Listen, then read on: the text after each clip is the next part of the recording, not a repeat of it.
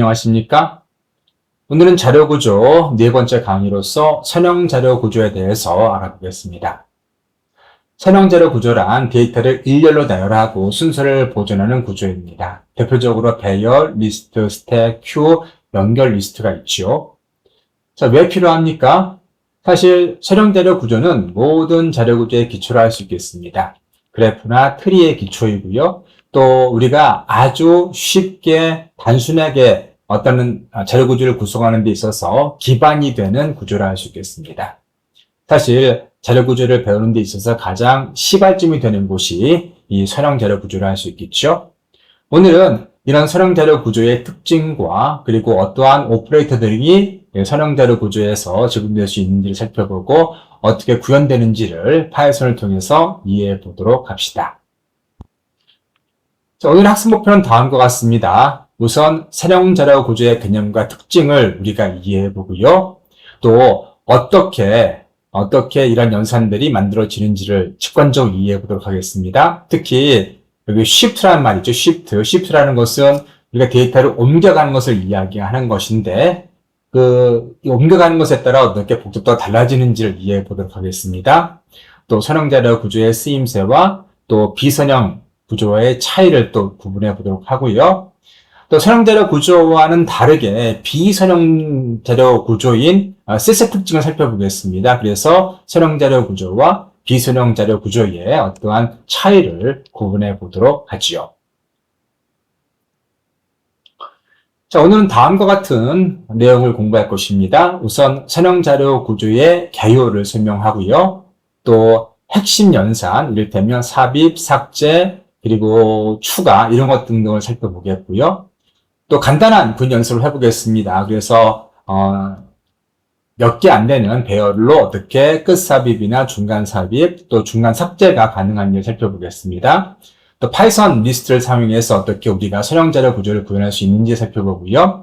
마지막으로 선형자료 구조와 대조가 되는 집합이라는 비선형자료 구조에 대해서 살펴봄으로써 선형자료 구조와 비선형자료 구조의 어떤 차이를 이해해 보도록 하겠습니다. 우선 선형자료 구조란 무엇입니까?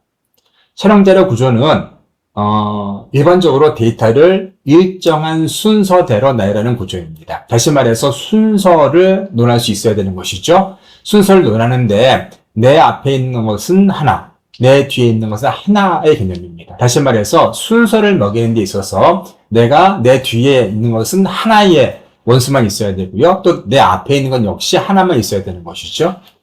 일단 그림을 보시면 여기 마트에서 사람이 줄 서 있는 게 보이시죠? 그러면 이렇게 카트 끌고 가시는 분은 남자 앞에 그리고 그 앞에 남자 또 있죠? 그럼 우리는 순서를 매길 수 있습니다. 맨 앞에 있는 사람이 계산대에 있는 것이고 그 다음에 카트를 끌고 가고 있는 여자분이 보이시고요. 그 다음에 맨 마지막으로 이제 바구니를 들고 간 남자가 보입니다. 이런 식으로 순서를 논할 수 있어야 되고 또 내 앞에 있는 데이터는 하나만 있어야 되는 것이었죠. 2개 이상이 있어서는 안 됩니다. 2개 이상이 있어서는 그래프가 되거나 트리가 되어버리죠. 그래서 선형자료 구조는 일단 순서대로 나열할 수 있어야 돼요. 그리고 순서대로 나열할 때 내 앞에 있는 우선순위에 있는 것도 역시 하나, 또 내 뒤에 있는 건 역시 하나만 있어야 된다는 것이죠. 그래서 일반적으로 순차 리스트, 오더드 리스트라고도 부릅니다. 여기 몇 개 예가 나옵니다. 그래서 좋아하는 프로그래밍 언어 중에 뭐 1위, 2위, 3위, 4위 이런 식으로 순위를 구분하는 것이라든가 아니면 뭐 연락을 많이 온 순서를 해서 200회, 150회, 90회 이런 식이 나오죠. 그래서 가장 많이 한 사람을 가장 우선순위에 두고 그 다음 많이 한 사람을 그 다음 우선순위에 둡니다. 또 오늘 수업할 과목 역시 1교시에는 뭐, 2교시에는 뭐, 3교시에는 뭐 이렇게 하는 것이죠. 2교시 다음에 3교시에 뭐 2과목이 있거나 이렇지 않죠. 네, 그래서 순서대로 정리할 수 있어야 되고 또 순서대로 한 줄로 정리할 수 있어야 되는 그런 구조가 선형자료 구조라 할 수 있겠습니다. 기억해야 할 것은 순서대로 나열할 수 있어야 된다는 것입니다. 한마디로 오더를 구분할 수 있어야 한다는 것이죠. 자, 어떤 오퍼레이터가 있을 수 있겠습니까? 우선 입장 순서를 유지해야 되는 것이죠. 그래서 이 그 선형자료 구조는 입장 순서를 유지해야 되고, 먼저 온 사람이 퍼스트 서비스를 받거나 아니면 나중 온 사람을 더 우대하는 경우도 있습니다. 하지만 어쨌든 퍼스트와 레이터가 구분이 가능해야 된다는 것입니다. 또 중간에 끼어들게 되면 이제 한 사람씩 뒤로 밀려나가야 된다는 것입니다. 그래서 만약에 여기 줄이 서 있을 때 누가 한 사람이 끼어들면 이제 그 뒤에 있는 사람들이 하나하나씩 물러나야 되는 것이죠. 그리고 한 명이 앞으로 나가면 하나씩 당겨들 수 있어야 됩니다. 그래서 여기 중간에 끼어드는 것은 shift right라고 해서 오른쪽으로 이제 뒤에서부터 이제 빼온다고 그래서 shift right고요. 한 명씩 나가는 것은 앞에서 빼오기 때문에 아마 왼쪽에서 지워진 걸 생각하는 모양입니다. 어쨌든 한 명씩 나가게 되거나 중간에 끼어들면 shift가 일어난다는 것이죠. 그래서 아래를 보시면 지금 A, B, C, D의 줄이 있고 이를테면 X가 중간에 끼어들면 C나 D가 오른쪽으로 shift right를 하게 됩니다.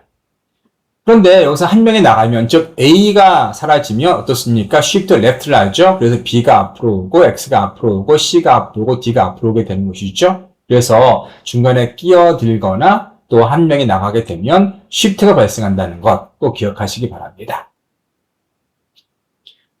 자, 그래서 좀 더 포멀하게 정의해보면 선형자료 구조란 선형, 리니어 해야 되고요. 원소들이 일렬로 나열되어 있어야 합니다. 원 디멘전입니다. 투 디멘전 혹은 뭐 틀이나 그래프 구조가 아니라는 것이죠. 그리고 인접한 이웃이 명확해야 합니다. 이전과 다음이 구분되어야 합니다. 대표적인 예로 어레이, 배열이 있을 수 있겠고요.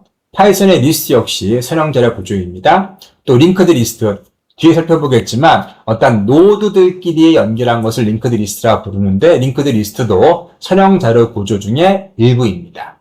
스택이나 큐 역시 선형자료 구조이고요. 또 뭐 DQ나 더블 엔드 큐 이런 것 역시 선형자료 구조를 할 수 있겠습니다. 상대적인 개념으로 비선형 자료 구조도 있을 수 있겠죠. 트리나 그래프, 또 맨 마지막에 살펴보시는 집합 역시 비선형 자료 구조를 할 수 있겠습니다.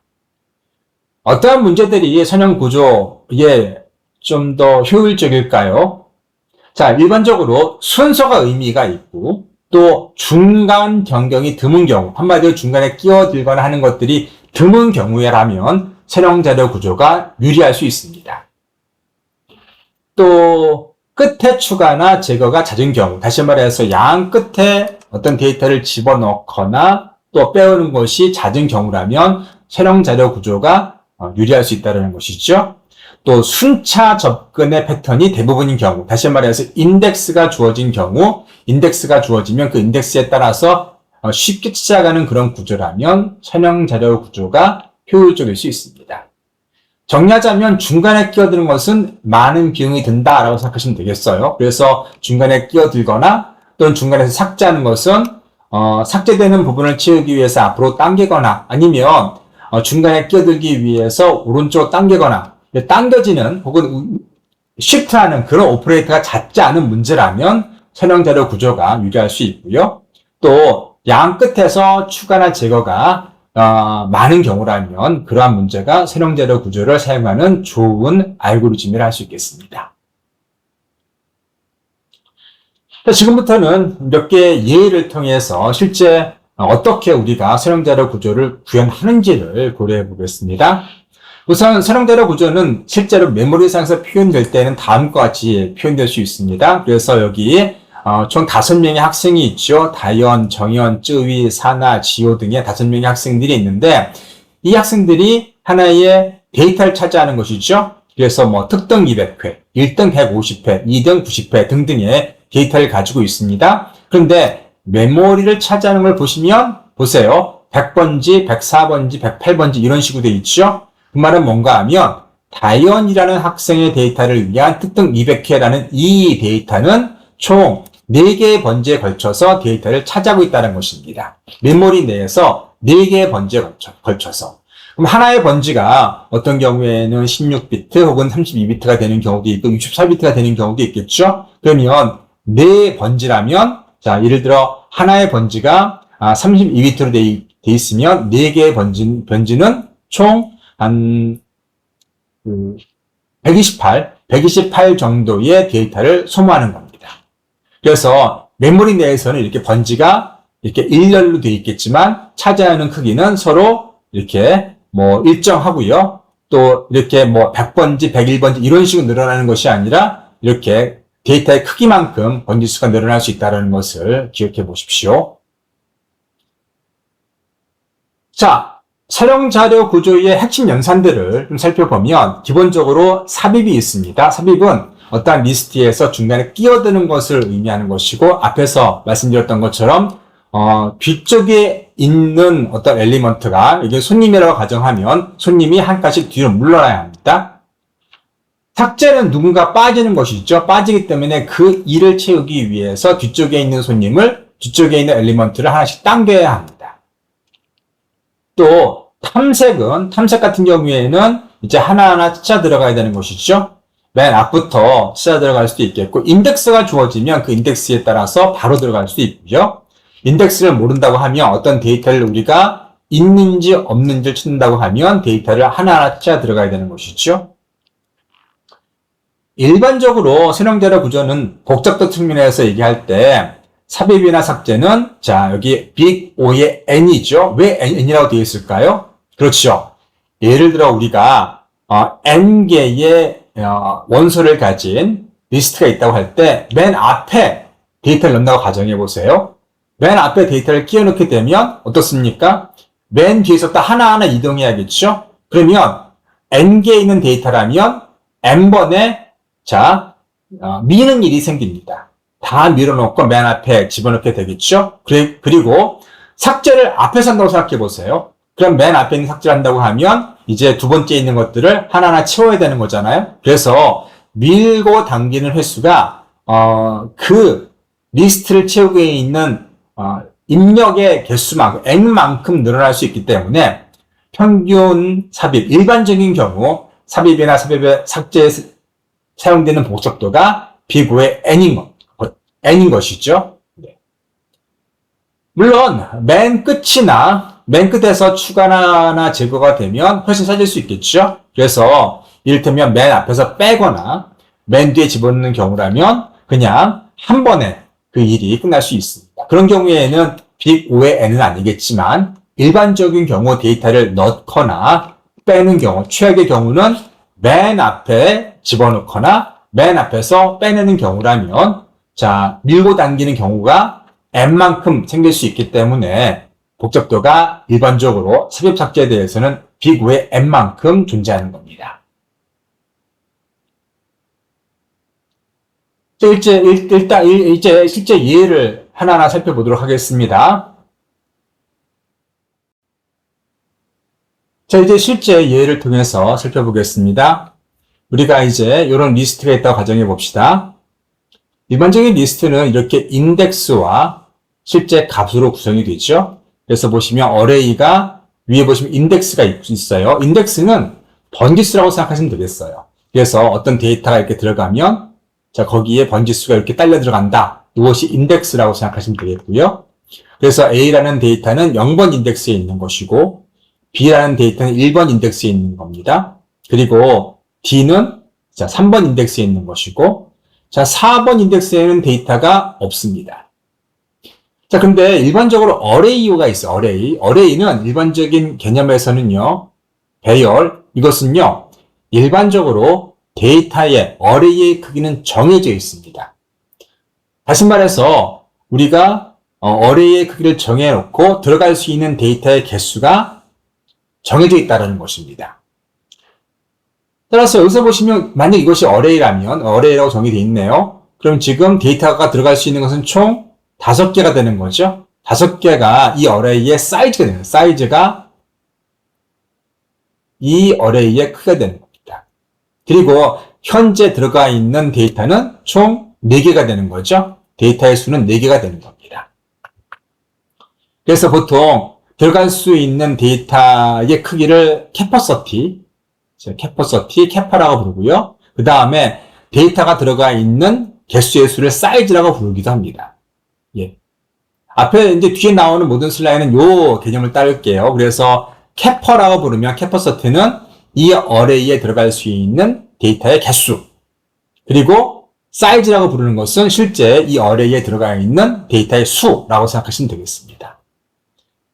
자, 우리가 어떤 인덱스 2에, 자, 두 번째 인덱스에 x를 집어넣는다고 가정을 하면, 자, 여기다가 지금 집어넣는 것이죠. 여기다가 지금 x를 집어넣고 싶어요. 그럼 어떻게 해야 합니까? 그렇죠. 자, 이 c와 d를, 자, 여기 하나씩 밀어야겠죠? 집어넣고, 이거 x를 쏙 집어넣어야 합니다. 한 칸씩 뒤로 밀려나는 일이 있게 되는 것이죠. 자, 반대로 우리가 만약에 여기에서 c를 없앤다고 가정을 해보세요. 그러면, 자, 없어지면 이 d가 앞으로 와야겠죠? 그래서 우리가 어떠한 인덱스에다가, 자, 1번 인덱스에, 인덱스에다가 어떤 이걸 2라고 가정해 볼게요. 2. 여기는 1 맞네요. 그래서 이 인덱스에서 데이터를 지우면 얘도 움직여야 되고 얘도 움직여야 되는 경우죠. 그래서 일반적으로 리스트나 인덱스는 선형대로 구조는 빈칸이 없어야 돼요. 그래서 빈칸이 없게끔 우리는 꽉 채워야 되는 거죠. 데이터 이런 식으로 있을 때라면 이런 식으로 있을 때라면 만약에 여기가 없어지면 뒤에서 채워야 되는 것이고 만약에 이 자리가 이것처럼 중간에 끼어드는 거라면 한 칸씩 뒤로 미루어서 얘를 집어넣어야 합니다. 한 칸씩 뒤로 미룰 때 만약에 캐퍼가 적으면 캐퍼를 늘려서 하든가 아니면 캐퍼가 사이즈랑 똑같으면 데이터가 들어갈 수 없는 상태에 이르를 수도 있습니다.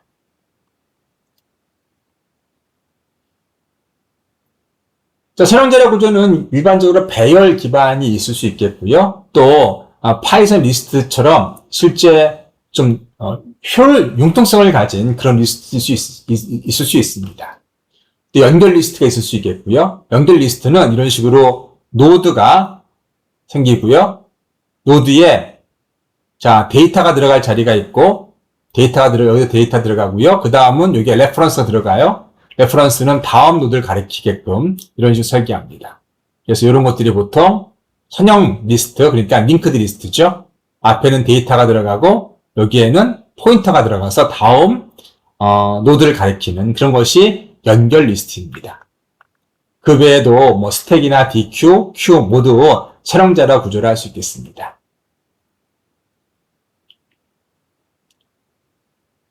자, 실제로 어떻게 구현되는지를 다시 한번 자세히 살펴보면 일단은 우리가 배열 기반이라고 가정해 봅시다. 배열은 그렇죠. 이런 식으로 사이즈와 캐퍼가 정해져 있습니다. 그래서 보시면 여기 그림에서 보시면 자, 이렇게 배열의 캐퍼는 5입니다. 5예요. 그래서 5개 이상의 데이터를 집어넣을 수 없어요. 근데 지금 이 어레이에 들어가 있는 데이터의 개수는 4입니다. 그래서 A, B, C, D 4가 들어가 있고요. 그래서 우리는 현재 지금 보시는 요 배열은 사이즈는 4에 캐퍼는 5인 그러한 선형 리스트를 할 수 있겠습니다. 예. 자, 하지만 파이썬의 리스트는 동적 배열입니다. 나중에 살펴보겠지만 파이썬은 훨씬 더 융통성을 가지고 캐퍼서티가 늘어나거나 줄어들 수 있습니다. 그건 나중에 한번 자세히 살펴보도록 하겠습니다. 이제 하나하나 어떻게 오퍼레이터가 구성되는지를 간단히 살펴보면 만약에 우리가 현재 이러한 리스트가 있다고 가정해 보세요. 그래서 B4는 지금 사이즈가 4개고 캐퍼는 5예요. 그러면 끝에 삽입한다고 가정해 봅시다. 끝에 삽입을 해요. 그러면 우리는 그냥 뒤에다가 집어넣으면 되겠죠? 그냥 뒤에다가 2를 집어넣으면 돼요. 그러면 캐퍼는 그대로 있고 사이즈만 5로 늘어나게 됩니다. 뒤에 집어넣는 것이기 때문에 뭐 앞에 있는 거를 하나하나 당기거나 아니면은 뭐 미룰 필요 없어요. 그래서 다른 이동이 전혀 없기 때문에 복잡도는 비고의 1 한 번에 해결될 수 있습니다. 상수 시간에 이 오퍼레이션은 끝날 수 있는 것이죠. 자, 하지만 중간에 넣는 걸 살펴봅시다. 자, 저기 보시면 지금 총 캐퍼가 어떻습니까? 캐퍼가 지금 5고 또 데이터가 다 들어가 있어요. 사이즈가 5입니다. 그래서 사이즈와 캐퍼가 모두 5인 상태입니다. 그래서 더 이상 데이터 들어갈 수는 없어요. 하지만 우리가 데이터 중간에 집어넣기 위해서 어떻게 해야 합니까? 캐퍼를 늘려야 하죠. 그래서 여기 보시면 5라는 인덱스 5라는 데이터를 하나 더 만들어 놓고요.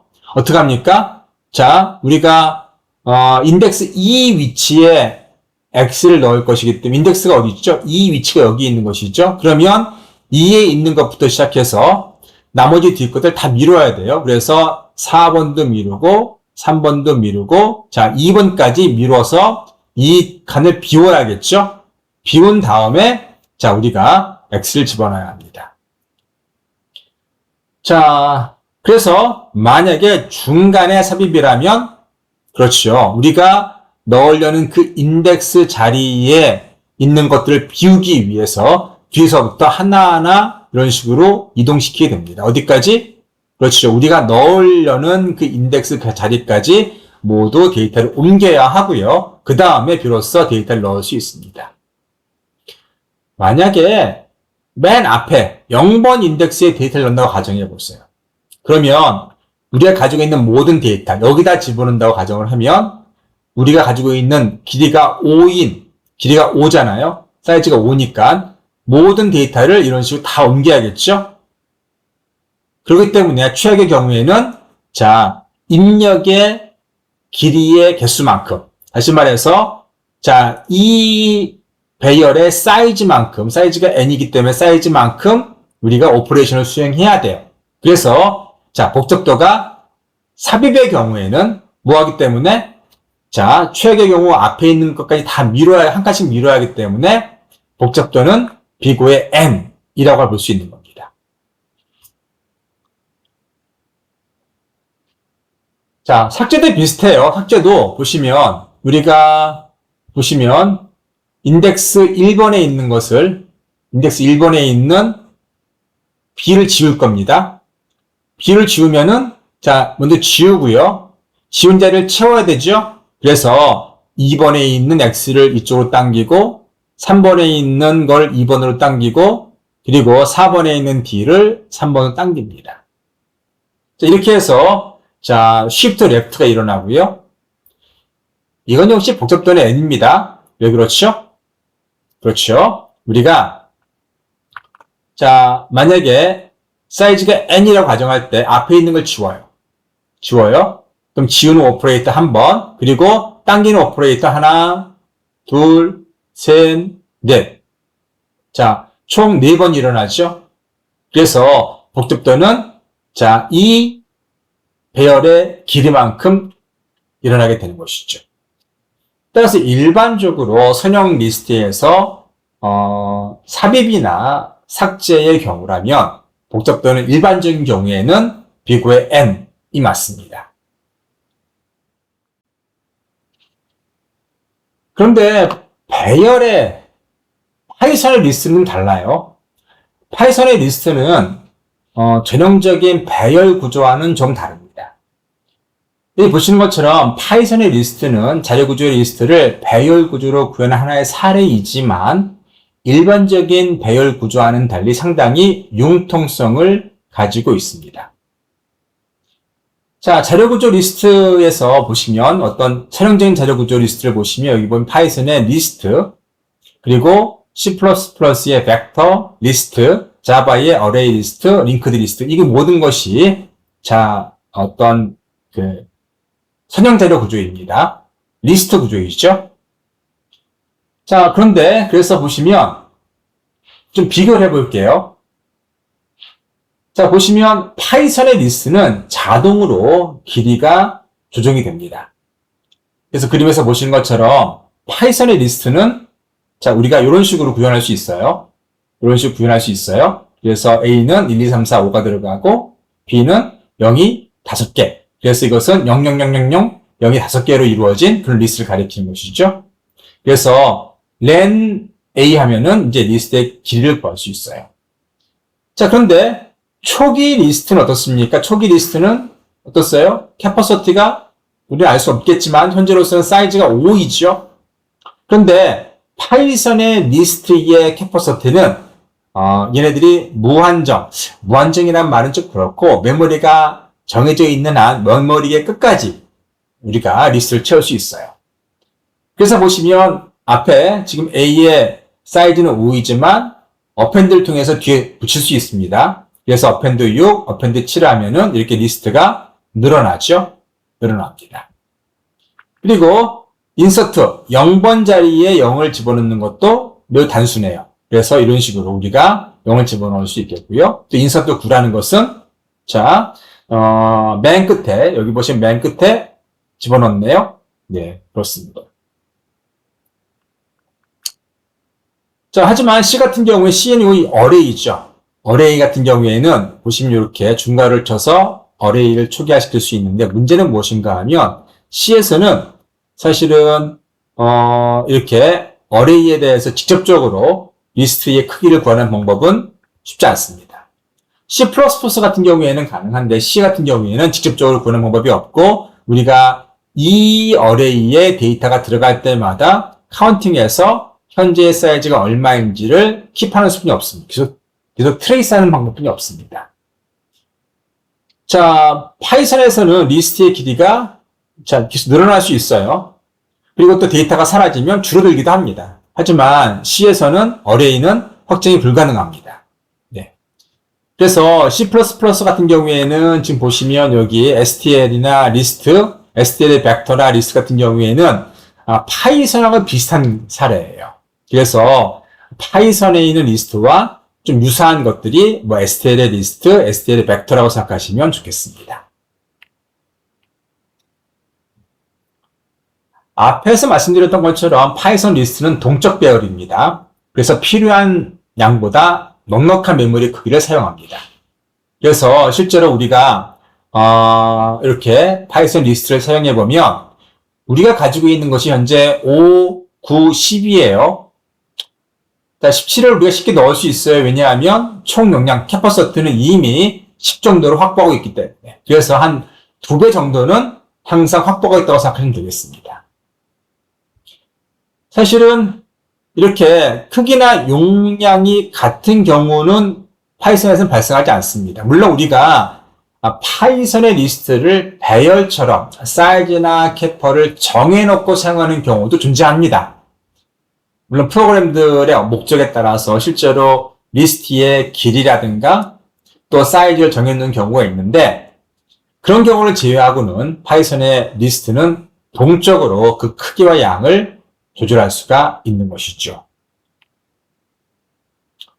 자, 앞에서 본 것처럼 이런 식으로 크기와 용량이 같아지는 경우인데 자, 새로운 데이터를 집어넣으려고 해요. 그럼 어떤 일이 벌어지는가 하면 실제로 기존의 배열보다 용량을 2배 증가시킵니다. 그리고 새로운 배열에 얘네들을 싹 복사합니다. 그러니까 한마디로 기존의 배열을 늘리는 것이 아니라 새로운 배열을 늘려서 복사를 함으로써 용량을 융통성 있게 좀 더 융통성 있게 관리한다는 겁니다.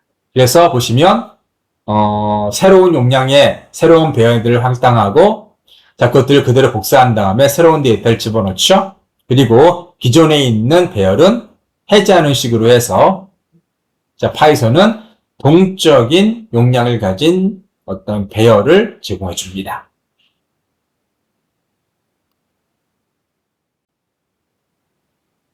자, 파이썬 리스트에 어펜드, 즉 뒤에 붙이는 것이라든가 끝에 삽입하는 거나 아니면 중간에 어떤 위치에 삽입하는 거 그리고 어떤 위치에서 내가 데이터를 가져오는 것 앞에서 우리가 살펴본 것처럼 삽입이나 삭제는 파이썬에서도 빅 O의 N 정도의 복잡도를 갖습니다.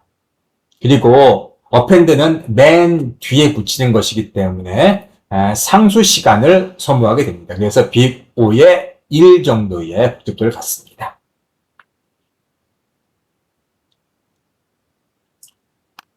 지금부터는 집합에 대해서 살펴보겠습니다.